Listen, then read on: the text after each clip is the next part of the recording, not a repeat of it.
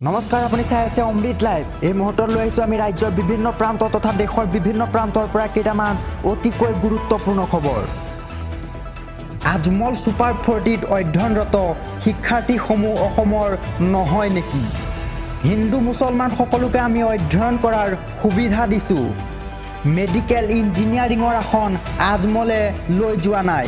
ভাৰত তথা অসমৰ শিক্ষাৰ্থীক আমি পঢ়াইছোঁ। হিন্দু মুছলমান জনগোষ্ঠীৰ সকলো লোককে আমি শিক্ষাৰ পোহৰ দিছোঁ। মন্ত্ৰী পীযুষ হাজৰিকাৰ জ্ঞান কম আছে বাবেই তেওঁ এনেধৰণৰ মন্তব্য কৰে বুলি প্ৰত্যুত্তৰ দিছে আজমলে। আৰু যদি জ্ঞান লাগে তেন্তে আমাৰ আজমল ছুপাৰ 40ত নাম ভৰ্তি কৰক পীযুষ হাজৰিকাই। আৰু এনেধৰণে মৌলানা বদৰুদ্দিন আজমলে মন্তব্য কৰিছে। পীযুষ হাজৰিকাৰ জ্ঞান কম আছে আৰু সেইবাবেই পীযুষ হাজৰিকাই যেতিয়া তেতিয়া এনেধৰণৰ মন্তব্য কৰে। আৰু যদিহে জ্ঞান লাগে তেন্তে আজমল ছুপাৰ 40ত নাম ভৰ্তি কৰিবলৈ বদৰুদ্দিন আজমলে মন্তব্য কৰিছে।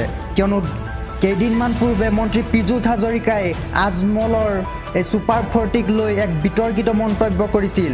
ইয়াৰ পিছতেই বদৰুদ্দিন আজমলে এনেধৰণৰ মন্তব্য আগবঢ়োৱা দেখিবলৈ পোৱা গৈছে।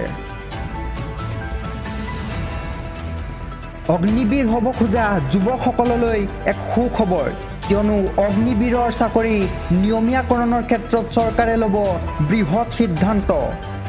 সেনাত নিযুক্তি পোৱা 50% অগ্নিবীৰৰ চাকৰি নিয়মীয়াকৰণৰ প্ৰস্তুতি চলাইছে ইতিমধ্যে চৰকাৰে। অগ্নিবীৰৰ চাকৰি নিয়মীয়াকৰণৰ বাবে চৰকাৰে চলাইছে প্ৰস্তুতি। সেনাত নিযুক্তি পোৱা 50% অগ্নিবীৰৰ চাকৰি নিয়মীয়াকৰণ কৰিব চৰকাৰে। অগ্নিবীৰত যোগদান কৰা সকলৰ বয়সৰ সীমা বৃদ্ধি কৰা হৈছে। এতিয়াৰ পৰা 23 বছৰীয়া যুৱকেও যোগদান কৰিব পাৰিব এই অগ্নিবীৰত। পূৰ্বে 25% অগ্নিবীৰৰ চাকৰি নিয়মীয়াকৰণৰ সিদ্ধান্ত লৈছিল প্ৰতিৰক্ষা বিভাগে, কিন্তু বৰ্তমান অগ্নিবীৰৰ হিচাপ 50% যুৱকৰ চাকৰি নিয়মীয়া কৰা হ'ব বুলি ইতিমধ্যে জানিবলৈ দিছে চৰকাৰে। অগ্নিবীৰ আঁচনিত চাকৰি নিয়মীয়াকৰণৰ বাবে দাবী জনাই সাব্যস্ত হৈছিল তীব্ৰ প্ৰতিবাদ।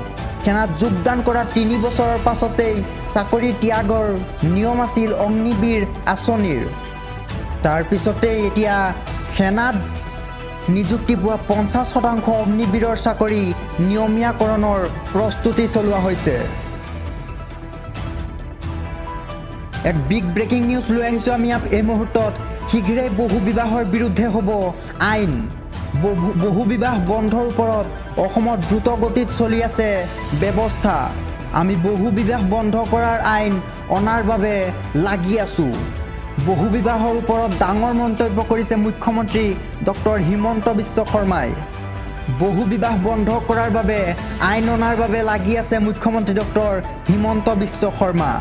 আৰু মুখ্যমন্ত্ৰী ডক্টৰ হিমন্ত বিশ্ব শৰ্মাই শীঘ্ৰেই বহু বিবাহৰ বিৰুদ্ধে আইন অনাৰ ব্যৱস্থা অব্যাহত ৰাখিছে।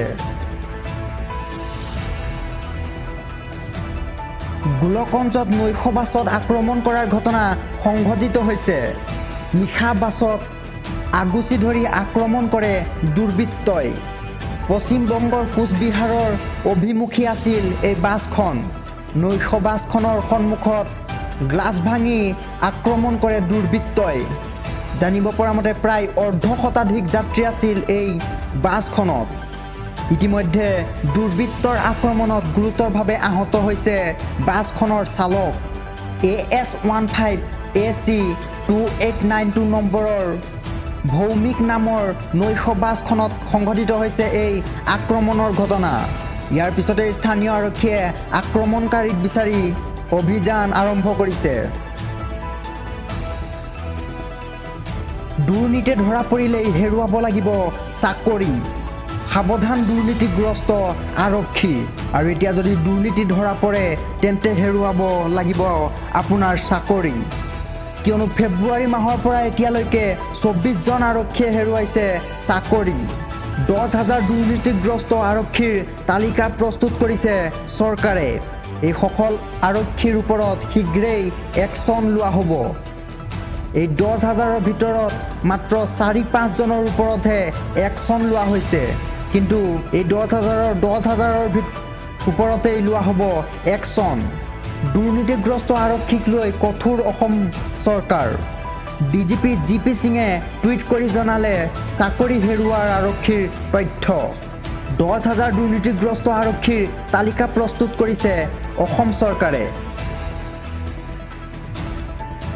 হাতত মাত্ৰ কেইটামান দিন, শীঘ্ৰেই পৰিশোধ কৰক আপোনাৰ যান বাহনৰ কৰ। আৰু যান বাহনৰ গৰাকীৰ বাবে আহি পৰিছে এই মুহূৰ্তত ডাঙৰ খবৰ, কিয়নো যান বাহনৰ গৰাকীয়ে পৰিশোধ কৰক যান বাহন কৰ।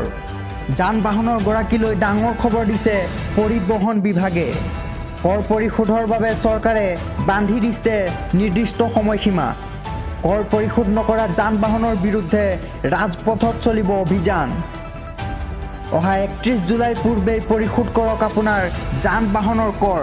আৰু যদিহে আপুনি 31 জুলাইৰ পূৰ্বেই যান বাহনৰ যান বাহনৰ কৰ পৰিশোধ নকৰে, তেন্তে আপোনাৰ ওপৰত বিহিত ব্যৱস্থা লোৱা হ'ব।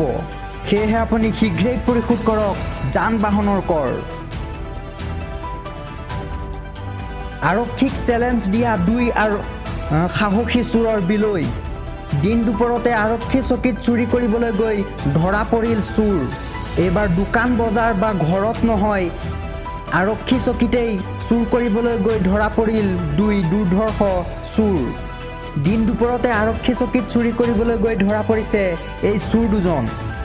কিন্তু আৰক্ষী নহয়, ৰাইজেহে ধৰা পেলালে এই চোৰক। ৰাইজে চোৰ দুটাক হাতে লোটে ধৰি গতাই দিলে আৰক্ষীক। ভেণ্টিলেশ্যনেৰে আৰক্ষী থানাত প্ৰৱেশ কৰি 2 চোৰে চলাইছিল চুৰি কাৰ্য। নদী আৰক্ষী চকীত সংঘটিত হৈছে এই ঘটনা। আৰু সেই ঘটনা সংঘটিত হোৱাৰ সময়ত আৰক্ষী থানাত নাছিল এজনো আৰক্ষী। বৰ্তমান নগৰবেৰা আৰক্ষীয়ে চমজি ল'লে এই 2টা চোৰক। ৰাজ্যবাসীলৈ এটা ভাল খবৰ, উজনিলৈ যাওঁতে আৰু জ্বলা কলা খাব নালাগে কোনো ব্যক্তিয়ে।